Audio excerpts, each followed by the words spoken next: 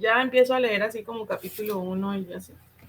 Sí, solo como introducción, quiero decir que vamos a estar leyendo el libro con Pato y Maru de Traficantes de Letras para Macondianos también. Y los vamos a estar subiendo en YouTube por si alguien nos quiere escuchar o acompañarnos en la lectura. Y al final vamos a decir algunas preguntas y algún resumen del capítulo. Entonces, adelante. Bueno, Cien años de soledad de Gabriel García Márquez. Para Yomi García Ascot y María Luisa Elío. Muchos años después, frente al pelotón de fusilamiento, el coronel Aureliano Buendía había de recordar aquella tarde remota en que su padre lo llevó a conocer el hielo. Macondo era entonces una aldea de 20 casas de barro y cañabrava construidas a la orilla de un río de aguas diáfanas que se precipitaban por un lecho de piedras pulidas, blancas y enormes como huevos prehistóricos. El mundo era tan reciente que muchas cosas carecían de nombre y para mencionarlas había que señalarlas con el dedo. Todos los años, por el mes de marzo, una familia de gitanos desaparrados plantaba su carpa cerca de la aldea y con un grande alboroto de picos y timbales daba a conocer los nuevos inventos. Primero llevaron el imán, un gitano corpulento de barba montaraz y manos de gorrión que se presentó con el nombre de Melquiades, hizo una truculenta demostración pública de lo que él mismo llamaba la octava maravilla de los sabios alquimistas de Macedonia. Fue de casa en casa arrastrando 2 lingotes metálicos y todo el mundo se espantó al ver que los calderos, las pailas, las tenazas y los anafes se caían de su sitio y las maderas crujían por la desesperación de los clavos y los tornillos tratando de desenclavarse. Y aún los objetos perdidos desde hacía mucho tiempo aparecían por donde más se les había buscado y se arrastraban en desbandada turbulenta detrás de los fierros mágicos de Melquiades. Las cosas tienen vida propia, pregonaba el gitano con áspero acento. Todo es cuestión de despertarles el ánima. José Arcadio Buendía, cuya desaforada imaginación iba siempre más lejos que el ingenio de la naturaleza y aún más allá del milagro y la magia, pensó que era posible servirse de aquella invención inútil para desentrañar el oro de la tierra. Melquiades, que era un hombre honrado, le previno, para eso no sirve. Pero José Arcadio Buendía no creía en aquel tiempo en la honradez de los gitanos. Así que cambió su mulo y una partida de chivos por los lingotes imantados. Úrsula Iguarán, su mujer, que contaba con aquellos animales para ensanchar el desmedrado patrimonio doméstico, no consiguió disuadirlo. Muy pronto ha de sobrarnos oro para empedrar la casa, replicó su marido. Durante varios meses se empeñó en demostrar el acierto de sus conjeturas. Exploró palmo a palmo la región, inclusive el fondo del río, arrastrando los 2 lingotes de hierro y recitando en voz alta el conjuro de Melquiades. Lo único que logró desenterrar fue una armadura del siglo XV con todas sus partes soldadas por un cascote de óxido, cuyo interior tenía la resonancia hueca en un enorme calabazo lleno de piedras.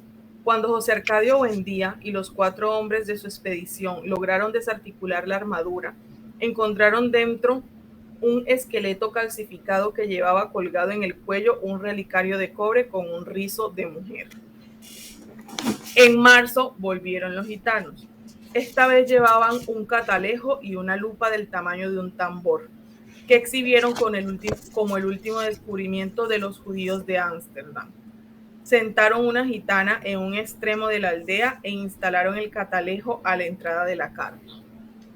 Mediante el pago de 5 reales, la gente se asomaba al catalejo y veía a la gitana al alcance de su mano. La ciencia ha eliminado las distancias, pregonaba Melquiades. Dentro de poco, el hombre podrá ver lo que ocurre en cualquier lugar de la tierra, sin moverse de su casa. Un mediodía ardiente hicieron una asombrosa demostración con la lupa gigantesca. Pusieron un montón de hierba seca en mitad de la calle y le prendieron fuego mediante la concentración de los rayos solares. José Arcadio Buendía, que aún no acababa de consolarse por el fracaso de sus imanes, concibió la idea de utilizar aquel invento como un arma de guerra. Melquíades otra vez trató de disuadirlo, pero terminó por aceptar los lingotes imantados y 3 piezas de dinero colonial a cambio de la lupa. Úrsula lloró de consternación. Aquel dinero formaba parte de un cofre de monedas de oro que su padre había acumulado en toda una vida de privaciones y que ella había enterrado debajo de la cama en espera de una buena ocasión para invertirlas.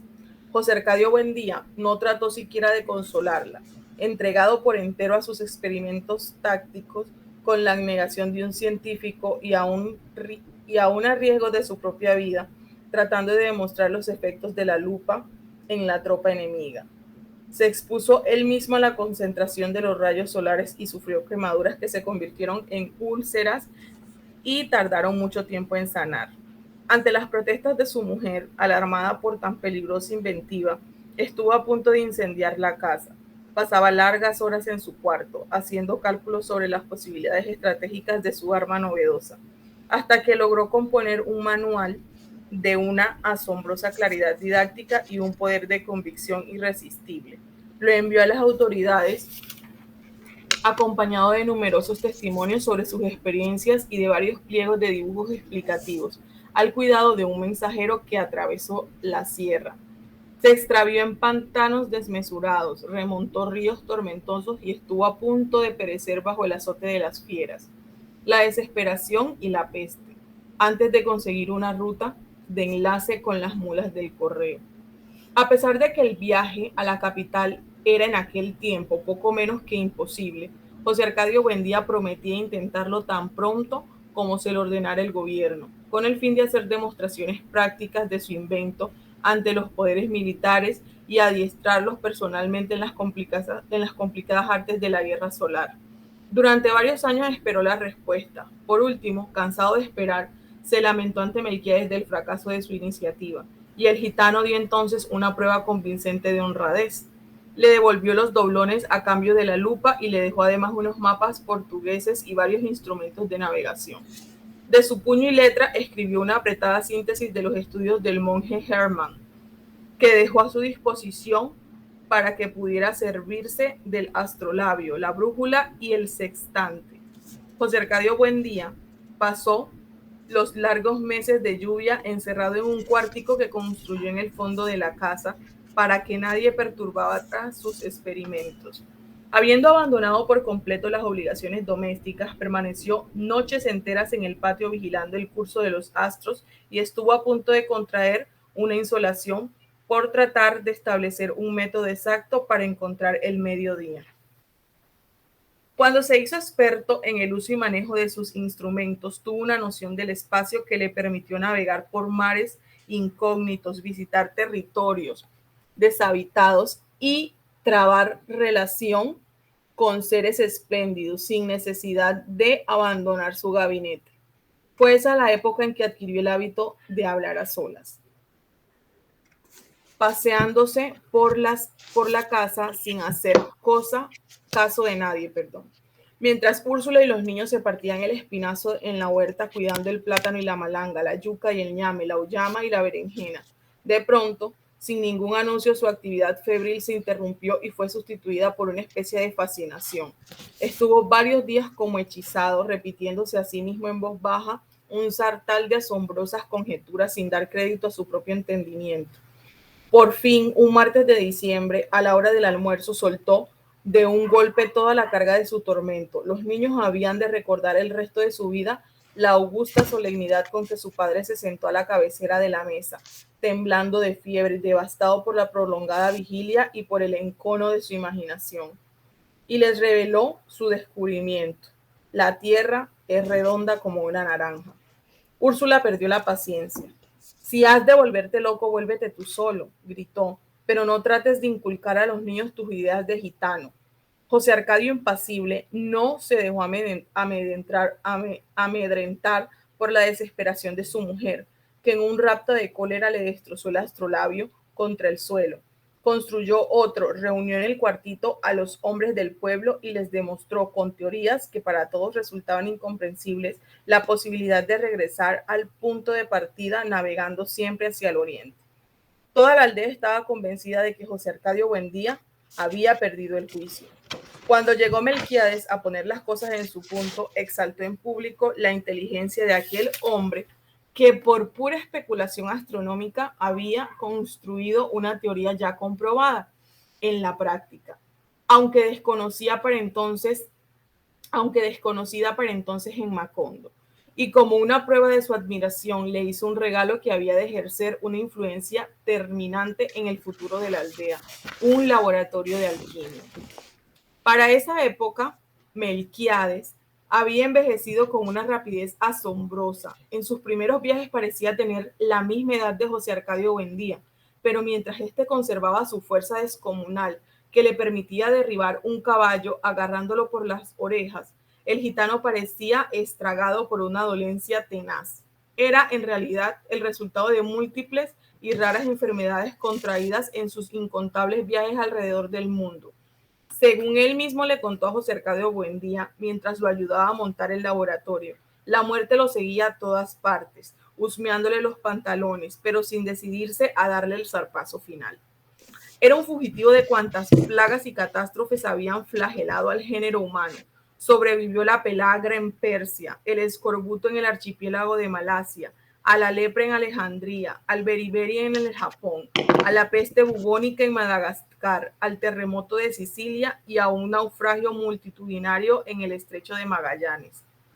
Aquel ser prodigioso que decía poseer las claves de Nostradamus era un hombre lúgubre, envuelto en un aura triste, con una mirada asiática que parecía conocer el otro lado de las cosas. Usaba un sombrero grande y negro, como las alas extendidas de un cuervo, y un chaleco de terciopelo patinado por el verdín de los siglos. Pero a pesar de su inmensa sabiduría y de su ámbito misterioso, tenía un peso humano, una condición terrestre que lo mantenía enredado en los minúsculos problemas de la vida cotidiana. Se quejaba de dolencias de viejo, sufría por los más insignificantes percances económicos y había dejado de reír desde hacía mucho tiempo, porque el escorbuto le había arrancado los dientes. El sofocante mediodía en que reveló sus secretos, José Arcadio Buendía tuvo la certidumbre de que aquel era el principio de una grande amistad. Los niños se asombraron con sus relatos fantásticos. Aureliano, que no tenía entonces más de 5 años, había de recordarlo por el resto de su vida, como lo vio aquella tarde, sentado contra la claridad metálica y reverberante de la ventana, alumbrando con su profunda voz de órgano los territorios más oscuros de la imaginación, mientras chorreaba por sus sienes la grasa derretida por el calor. José Arcadio, su hermano mayor, había de transmitir aquella imagen maravillosa como un recuerdo hereditario a toda su descendencia. Úrsula, en cambio, conservó un mal recuerdo de aquella visita, porque entró al cuarto en el momento en que Melquiades rompió por distracción un frasco de bicloruro de mercurio. Es el olor del demonio, dijo ella. En absoluto, corrigió Melquiades. Está comprobado que el demonio tiene propiedades sulfúricas y esto no es más que un poco de Solimán. Siempre didáctico, hizo una sabia exposición sobre las virtudes diabólicas del cinabrio, pero Úrsula no le hizo caso, sino que se llevó a los niños a rezar. Aquel olor mordiente quedaría para siempre en su memoria, vinculado al recuerdo de Melquiades. El rudimentario laboratorio, sin contar una profusión de cazuelas, embudos, retortas, filtros y coladores, estaba compuesto por un atador primitivo, una probeta de cristal de cuello largo y angosto, imitación del huevo filosófico, y un destilador construido por los propios gitanos según las descripciones modernas del alambique de 3 brazos de María la judía.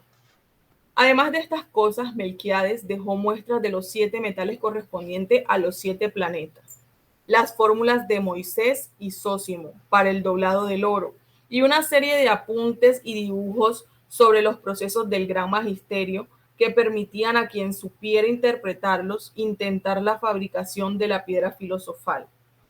Seducido por la simplicidad de las fórmulas para doblar el oro, José Arcadio Buendía cortejó a Úrsula durante varias semanas para que le permitiera desenterrar sus monedas coloniales y aumentarlas tantas veces como era posible subdividir el azogue. Úrsula cedió como ocurría siempre, ante la inquebrantable obstinación de su marido. Entonces José Arcadio Buendía echó 30 doblones en una cazuela y los fundió con raspadura de cobre, oropimente, azufre y plomo. Puso a hervir todo a fuego vivo en un caldero de aceite de ricino hasta obtener un jarabe espeso y pestilente, más parecido al caramelo vulgar que al oro magnífico, en azarosos y desesperados procesos de destilación fundida con los 7 metales planetarios. Trabajaba con el mercurio hermético y el vitriolo de Chipre, y vuelta a cocer en manteca de cerdo a falta de aceite de rábano. La preciosa herencia de Úrsula quedó reducida a un chicharrón carbonizado que no pudo ser desde el fondo del caldero.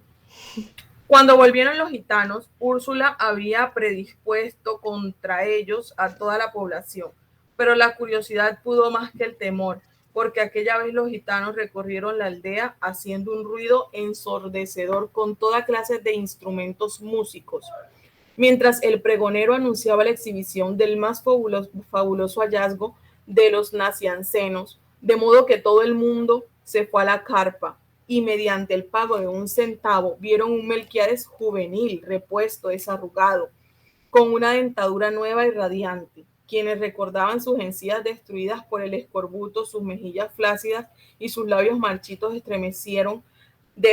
estremecieron de pavor ante aquella prueba terminante de los poderes sobrenaturales del gitano. El pavor se convirtió en pánico cuando Melquiades se sacó los dientes intactos engastados en las encías y se los mostró al público por un instante. Un instante fugaz en que volvió a ser el mismo hombre decrépito de los años anteriores. Y se los puso otra vez y sonrió de nuevo con un dominio pleno de su juventud restaurada. Hasta el propio José Arcadio Buendía consideró que los conocimientos de Melquiades habían llegado a extremos intolerables, pero experimentó un saludable alborozo cuando el gitano le explicó a solas el mecanismo de su dentadura postiza. Aquello le pareció a la vez tan sencillo y prodigioso que de la noche a la mañana perdió todo interés en las investigaciones de alquimia. Sufrió una nueva crisis de mal humor, no volvió a comer en forma regular y se pasaba el día dando vueltas por la casa. En el mundo están ocurriendo cosas increíbles, le decía Úrsula. Ahí mismo, al otro lado del río, hay toda clase de aparatos mágicos, mientras nosotros seguimos viviendo como los burros.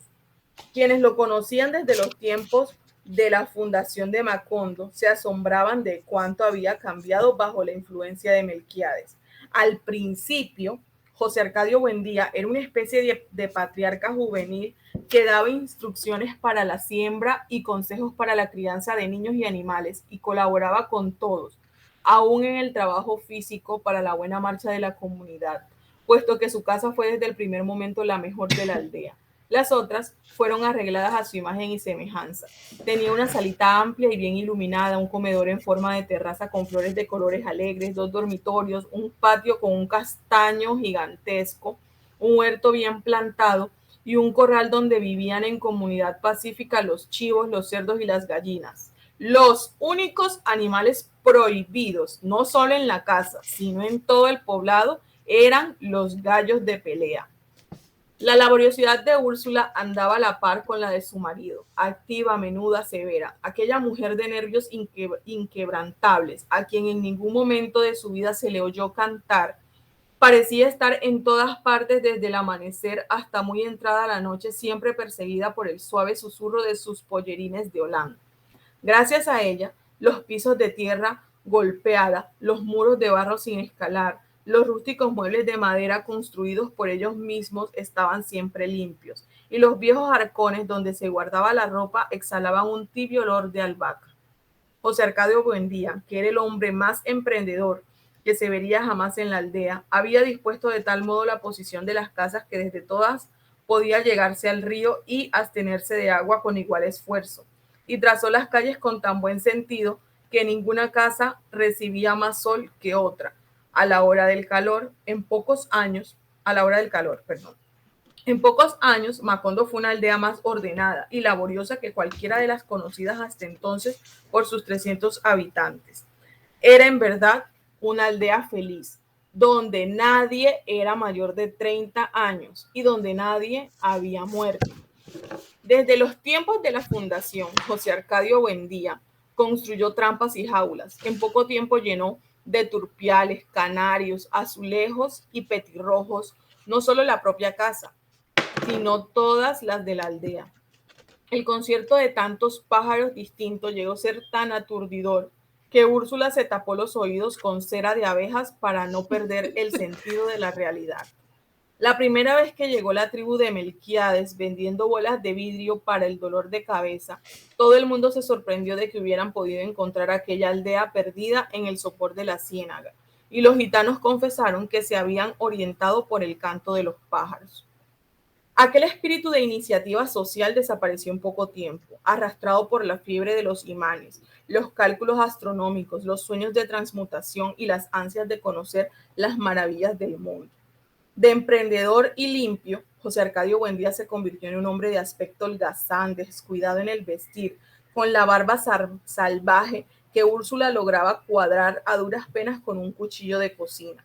No faltó quien lo considerara víctima de algún extraño sortilegio, pero hasta los más convencidos de su locura abandonaron trabajo y familias para seguirle. Cuando se echó al hombro sus herramientas de desmontar y pidió el concurso de todos para abrir una trocha que pusiera a Macondo en contacto con los grandes inventos. José Arcadio Buendía ignoraba por completo la geografía de la región. Sabía que hacia el oriente estaba la sierra impenetrable y al otro lado de la sierra la antigua ciudad de Riohacha, donde en épocas pasadas, según le había contado el primer Aureliano Buendía, su abuelo, Sir Francis Drake, se daba al deporte de cazar caimanes a cañonazos, que luego hacía remendar y rellenar de paja para llevárselos a la reina Isabel. En su juventud, él y sus hombres, con mujeres y niños y animales y toda clase de enseres domésticos, atravesaron la sierra buscando una salida al mar. Y al cabo de 26 meses desistieron de la empresa. Fundaron Macondo para no tener que emprender el camino de regreso. Era pues una ruta que no le interesaba, porque solo podía conducirlo al pasado. Al sur estaban los pantanos, cubiertos de una eterna nata vegetal, y el vasto universo de la Ciénaga Grande, que según testimonio de los gitanos carecía de límites. La Ciénaga Grande se confundía al occidente con una extensión acuática sin horizontes, donde había cetáceos de piel delicada con cabeza y torso de mujer que perdían a los navegantes con el hechizo de sus tetas descomunales. Los gitanos navegaban 6 meses por esa ruta antes de alcanzar el cinturón de tierra firme por donde pasaban las mulas del correo. De acuerdo con los cálculos de José Arcadio Buendía, la única posibilidad de contacto con la civilización era la ruta del norte, de modo que dotó de herramientas de desmonte y armas de cacería a los mismos hombres que lo acompañaron en la fundación de Macondo. Echó en una mochila sus instrumentos de orientación y sus mapas y emprendió la temeraria aventura. Los primeros días no encontraron un obstáculo apreciable. Descendieron por la pedregosa ribera del río hasta el lugar en que años antes habían encontrado la armadura del guerrero, y allí penetraron al bosque por un sendero de naranjos silvestres. Al término de la primera semana, mataron y asaron un venado, pero se conformaron con comer la mitad y salar el resto para los próximos días. Trataban de aplazar con esa preocupación la necesidad de seguir comiendo guacamayas, cuya carne azul tenía un áspero sabor de almizcle. Luego, durante más de 10 días, no volvieron a ver el sol. El suelo se volvió blando y húmedo, como ceniza volcánica, y la vegetación fue cada vez más insidiosa, y se hicieron cada vez más lejanos los gritos de los pájaros y la bullaranga de los monos, y el mundo se volvió triste para siempre. Los hombres de la expedición se sintieron abrumados por sus recuerdos más antiguos en aquel paraíso de humedad y silencio anterior al pecado original. donde las botas se hundían en pozos de aceites humeantes y los machetes destrozaban lirios sangrientos y salamandras doradas. Durante una semana, casi sin hablar, avanzaron como sonámbulos por un universo de pesadumbre, alumbrados apenas por una tenue reverberación de insectos luminosos y con los pulmones agobiados por un sofocante olor de sangre. No podían regresar porque la trocha que iban abriendo a su paso se volvía a cerrar en poco tiempo, con una vegetación nueva que casi veían crecer ante sus ojos. No importa, decía José Arcadio, lo esencial es no perder la orientación. Siempre pendiente de la brújula, siguió guiando a sus hombres hacia el norte invisible, hasta que lograron salir de la región encantada. Era una noche densa, sin estrellas, pero la oscuridad estaba impregnada por un aire nuevo y limpio. Agotados por la prolongada travesía, colgaron las hamacas y durmieron a fondo por primera vez en 2 semanas. Cuando despertaron, ya con el sol alto, se quedaron pasmados en fascinación.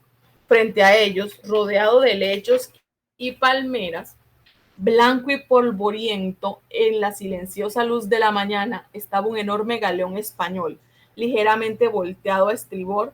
De su arboladura intacta colgaban las piltrafas escuálidas del velamen, entre jarcias adornadas de orquídeas.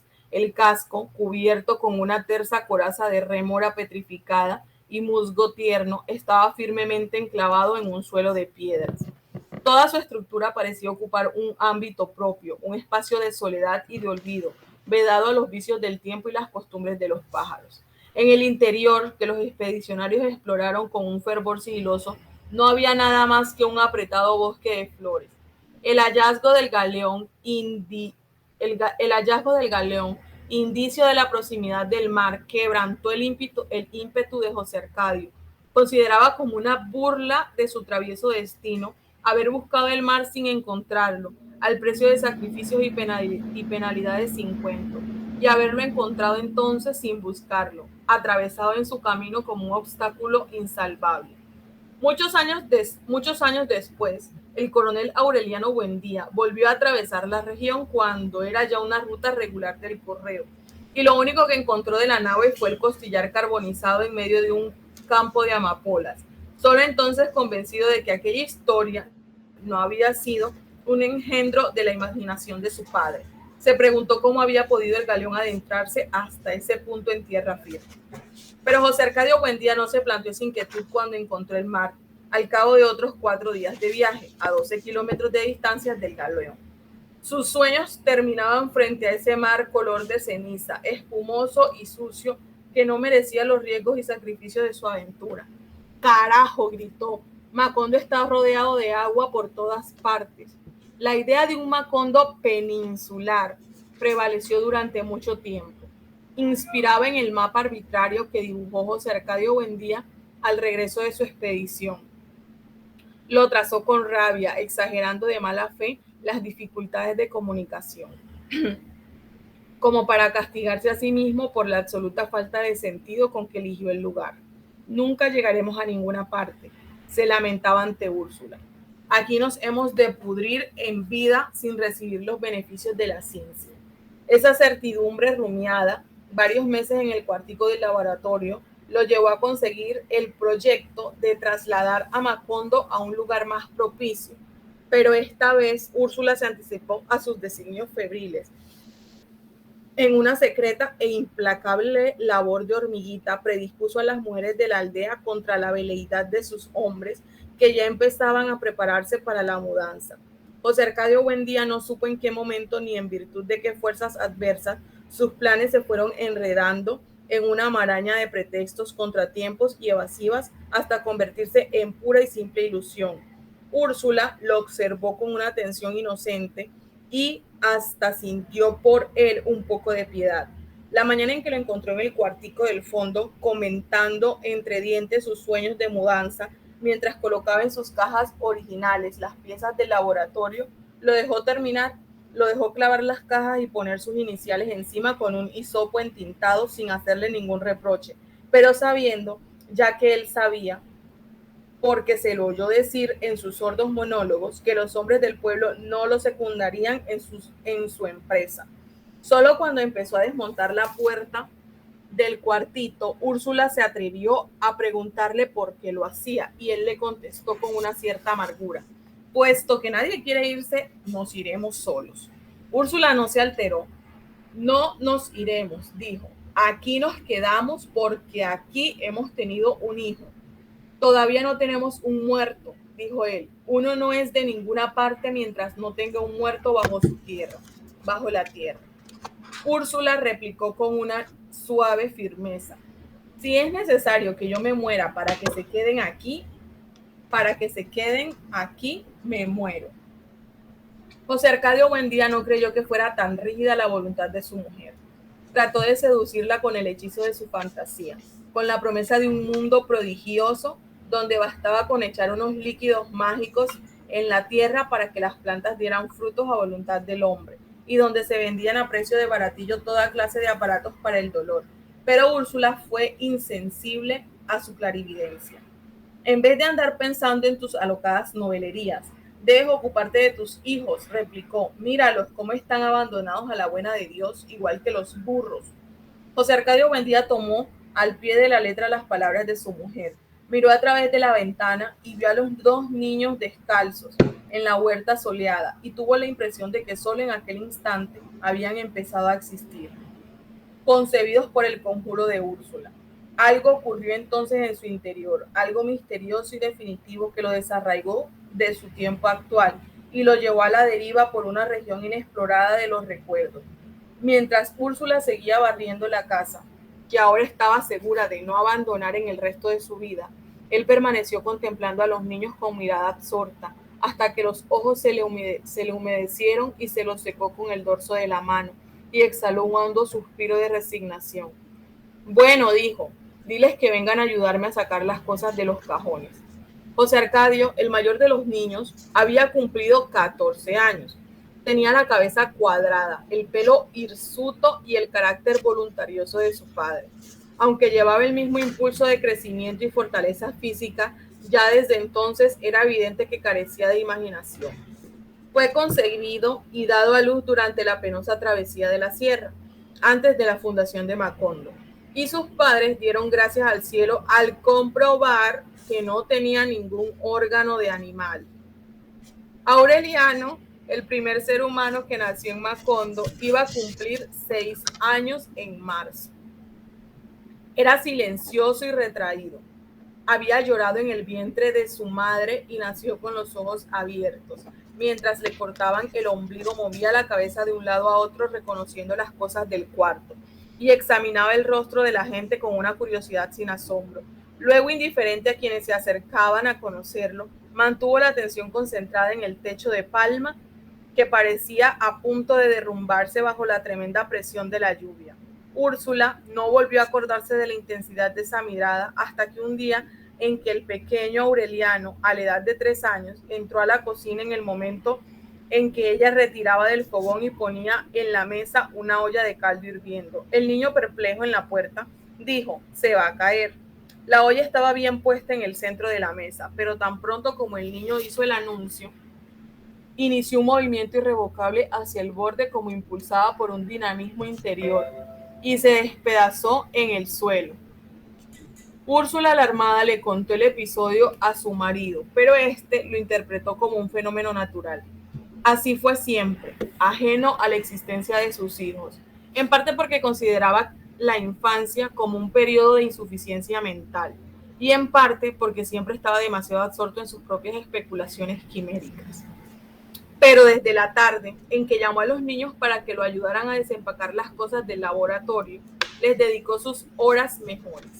En el cuartito apartado, cuyas paredes se fueron llenando poco a poco de mapas inverosímiles y gráficos fabulosos, les enseñó a leer y escribir y a sacar cuentas, y les habló de las maravillas del mundo, no solo hasta donde le alcanzaban sus conocimientos, sino forzando a extremos increíbles los límites de su imaginación. Fue así como los niños terminaron por aprender que en el extremo meridional del África había hombres tan inteligentes y pacíficos que su único entretenimiento era sentarse a pensar, y que era posible atravesar a pie el mar Egeo saltando de isla en isla hasta el puerto de Salónica. Aquellas alucinantes sesiones quedaron de tal modo impresas en la memoria de los niños que muchos años más tarde, un segundo antes de que el oficial de los ejércitos regulares diera la orden de fuego al pelotón de fusilamiento, el coronel Aureliano Buendía volvió a vivir la tibia tarde de marzo en que su padre interrumpió la lección de física y se quedó fascinado, con la mano en el aire y los ojos inmóviles, oyendo a la distancia los pífanos y tambores y sonajas de los gitanos que una vez más llegaban a la aldea, pregonando el último y asombroso descubrimiento de los sabios de Memphis. Eran gitanos nuevos, hombres y mujeres jóvenes que solo conocían su propia lengua, ejemplares hermosos de piel aceitada y manos inteligentes, cuyos bailes y músicas sembraron en las calles un pánico de alborotada alegría, con sus loros pintados de todos los colores que recitaban romanzas italianas y la gallina que ponía un centenar de huevos de oro al son de la pandereta, y el mono amaestrado que adivinaba el pensamiento y la máquina múltiple que servía al mismo tiempo para pegar botones y bajar la fiebre, el aparato para olvidar los malos recuerdos y el emplasto para perder el tiempo y un millar de invenciones más, tan ingeniosas e insólitas que José Arcadio Buendía hubiera querido inventar la máquina de la memoria para poder acordarse de todas. En un instante transformaron la aldea. Los habitantes de Macondo se encontraron de pronto perdidos en sus propias calles, aturdidos por la feria multitudinaria, llevando un niño de cada mano para no perderlos en el tumulto, tropezando con saltimbanquis de dientes acorazados de oro y malabarista de 6 brazos, sofocado por el confuso aliento de estiércol y sándalo que exhalaba la muchedumbre. José Arcadio Buendía andaba como un loco buscando a Melquíades por todas partes para que le revelara los infinitos secretos de aquella pesadilla fabulosa. Se dirigió a varios gitanos que no entendieron su lengua. Por último, llegó hasta el lugar donde Melquíades solía plantar su tienda y se encontró un armenio taciturno que anunciaba en castellano un jarabe para hacerse invisible. Se había tomado de golpe una copa de la sustancia ambarina, cuando José Arcadio Buendía se abrió paso a empujones por entre el grupo absorto que presenciaba el espectáculo y alcanzó a hacer la pregunta. El gitano lo volvió en el clima atónito de su mirada, antes de convertirse en un charco de alquitrán pestilente y humeante sobre el cual quedó flotando la resonancia de su respuesta. Melquíades murió. Aturdido por la noticia, José Arcadio permaneció inmóvil, tratando de sobreponerse a la aflicción, hasta que el grupo se dispersó, reclamado por otros artificios, y el charco del armenio taciturno se evaporó por completo. Más tarde, otros gitanos le confirmaron que en efecto Melquíades había sucumbido a las fiebres en los médanos de Singapur y su cuerpo había sido arrojado en el lugar más profundo del mar de Java. A los niños no les interesó la noticia. Estaban obstinados en que su padre los llevara a conocer la portentosa novedad de los sabios de Memphis, anunciada a la entrada de una tienda que, según decían, perteneció al rey Salomón. Tanto insistieron que José Arcadio Buendía pagó los 30 reales y los condujo hasta el centro de la carpa, donde había un gigante de torso peludo y cabeza rapada, de hierro en el tobillo, y cabeza rapada con un anillo de cobre en la nariz y una pesada cadena de hierro en el tobillo, custodiando un cofre de pirata. Al ser destapado por el gigante, el cofre dejó escapar un aliento glacial.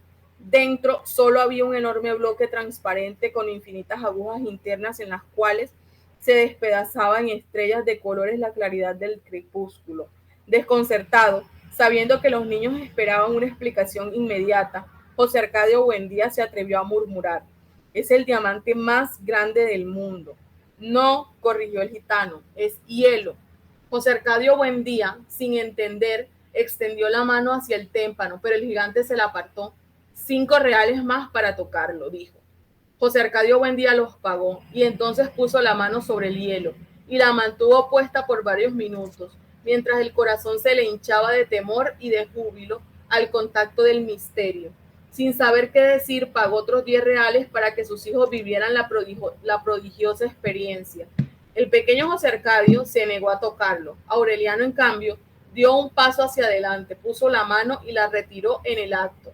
Está hirviendo, exclamó asustado, pero su padre no le prestó atención. Embriagado por la evidencia del prodigio, en aquel momento se olvidó de la frustración de sus empresas delirantes y del cuerpo de Melquíades abandonado al apetito de los calamares. Pagó otros 5 reales y con la mano puesta en el témpano, como expresando un testimonio sobre el texto sagrado, exclamó: este es el gran invento de nuestro tiempo. Fin del capítulo primero. Wow, está bien bonito este libro. A mí sí me encanta la narrativa de García Márquez.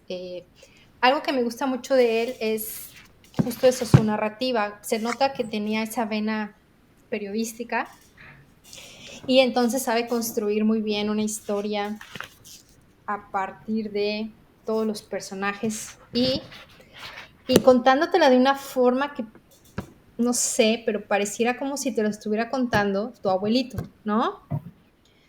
Como si te estuviera realmente contando cómo surgió su pueblo, cómo eran sus costumbres, como tú decías ayer en la sesión introductoria, como que es un nuevo mundo, tú no sabes nada, no conoces el hielo, no conoces los imanes, no conoces absolutamente nada. Y cómo te va construyendo poco a poco lo que ellos iban asombrando. Me encantó esto de que de que el inventor José Arcadio Buendía hacía de todo pues para eso, ¿no? Para acercarse a la ciencia y acercar a su pueblo y cómo te explica toda la forma en que poco a poco llegaron explorando el territorio hasta que armaron Macondo. No inventes, Pato, de verdad es que está increíble. Ya entiendo por qué amas tanto este libro.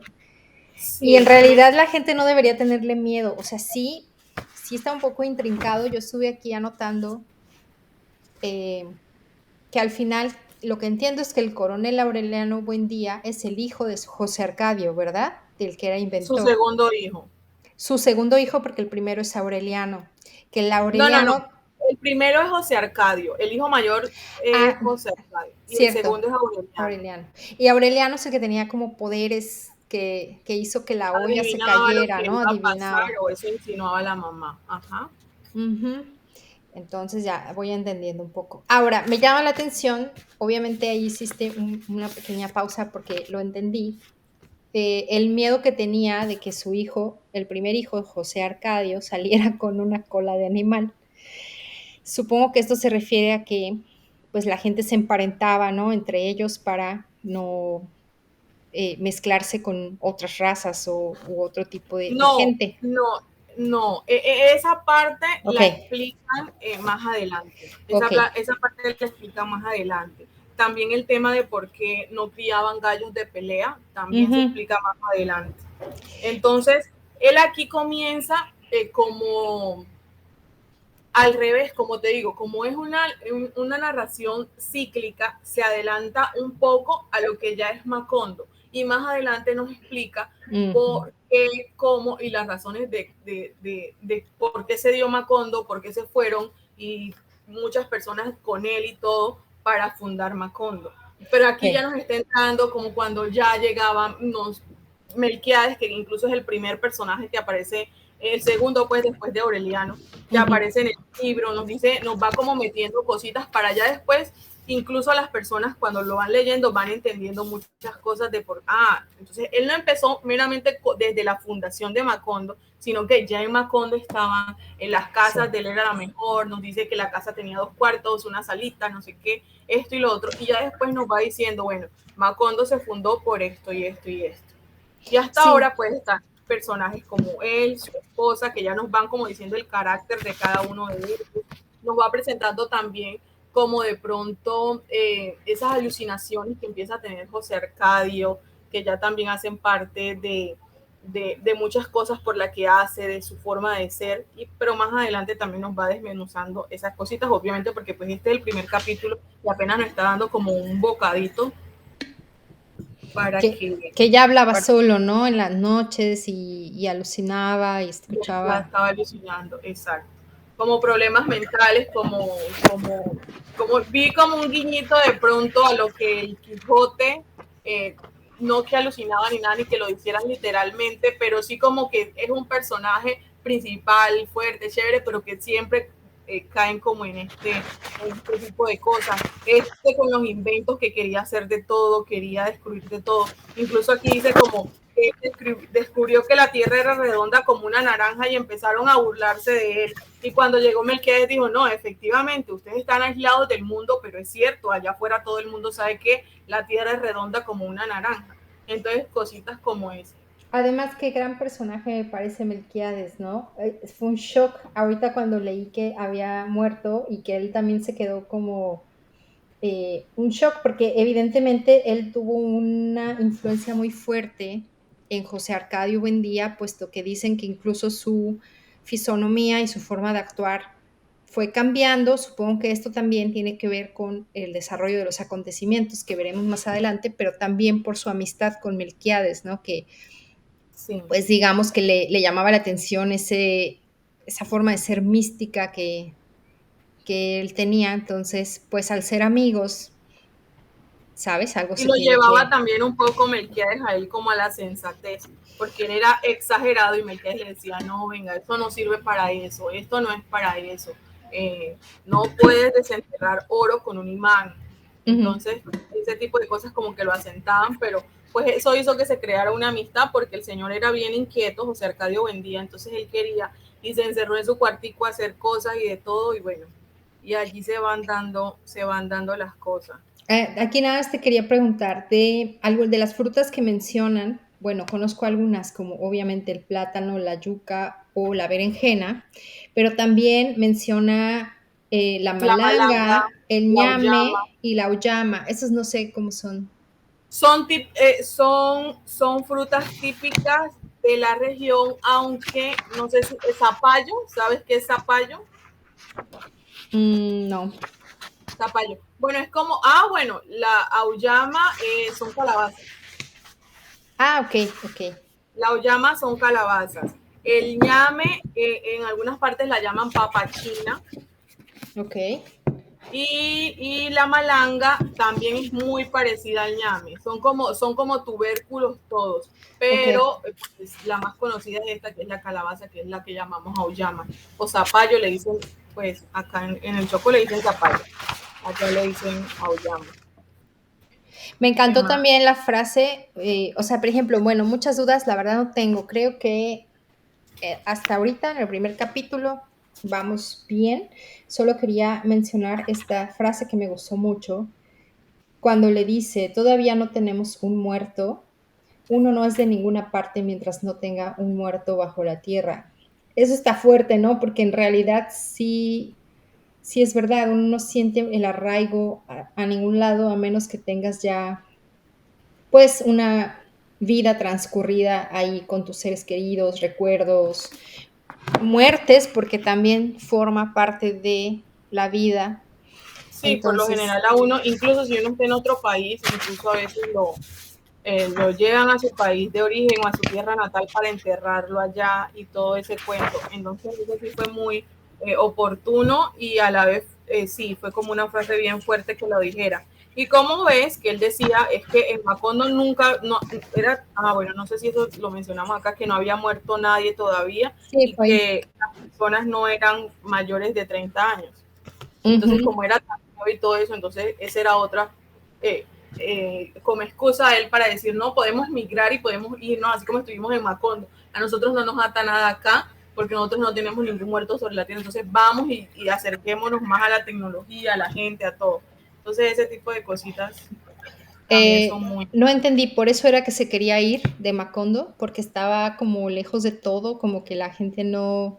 Sí, porque él decía que allá después de Macondo, y por eso hizo la primera expedición, que Ujú. de hecho la hizo con los otros señores de Macondo que le seguían el paso, hizo la expedición porque él decía, no, allá afuera deben haber más cosas, hay que buscar, era como ese afán de descubrir, de saber, de conocer cosas, porque todo lo que le traían los gitanos les parecía increíble. Entonces eso también era como la cizaña para él o el impulso que tenía para decir no. como era todo inquieto, decir, no, vámonos de aquí, que allá hay muchas más cosas por descubrir y nosotros estamos aquí como los burros, como dicen. Claro, sí. Entonces, por eso.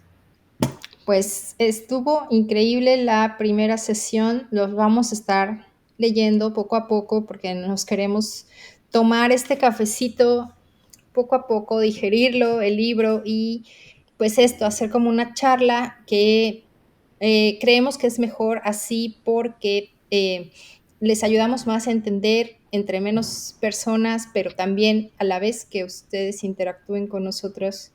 Y no sé si quieras decir algo final, Pato, sobre este Bueno, de pronto capítulo. como unas líneas de resumen, que es, aquí se da, funda en Amacondo, pero no nos dicen el motivo, hace la travesía de la sierra, aparece y muere Melquiades, José Arcadio quiere irse de Macondo para descubrir nuevas cosas, usa la herencia de Úrsula y falla, y pues su mujer siempre como ahí, hasta que por último le dice que no, que ya no se va de ahí más y que ahí muere. Hay unas partes, como podemos ver, que nos hacen saltos del tiempo, como por ejemplo lo del pelotón de fusilamiento, luego nos los vuelven a mencionar y listo. Yo creo que por ahora eso Pero es. eso ayuda mucho porque, perdóname, Pato, pero eso ayuda mucho porque él te habla del pelotón de fusilamiento al principio y después al final del capítulo cierra con eso. Entonces, como tú mencionas eso de la forma de contarlo en cíclico, ¿no? Entonces, eso está bien porque en tu mente también cierras eso y captas quién es quién, ¿no? Exacto. Y aquí también nos mencionan lugares como Río Hacha, por supuesto, la Ciénaga Grande, la Sierra, y ya, yo creo que es como estos lugares que nos ayudan también de primerazo a entender dónde está. Entonces está en un lugar donde hay ciénaga y hay mar, pero además también hay una sierra y efectivamente es el lugar que existe, que les mostré en el mapa también, que es la costa Caribe, la región Caribe. Y bueno, allí ya también nos hace como irnos enfocando en dónde se están dando los hechos o más o menos por dónde queda Macondo. Y pues También nada, algo yo que creo te dice mucho, por último, algo que te dice mucho es lo del galeón español, ¿no? Que se encuentran. Entonces, quiere que el decir Carón que los españoles ya habían llegado a ya habían América. estado por allí. Exacto, exactamente, Pues exacto. perfecto, me parece bien.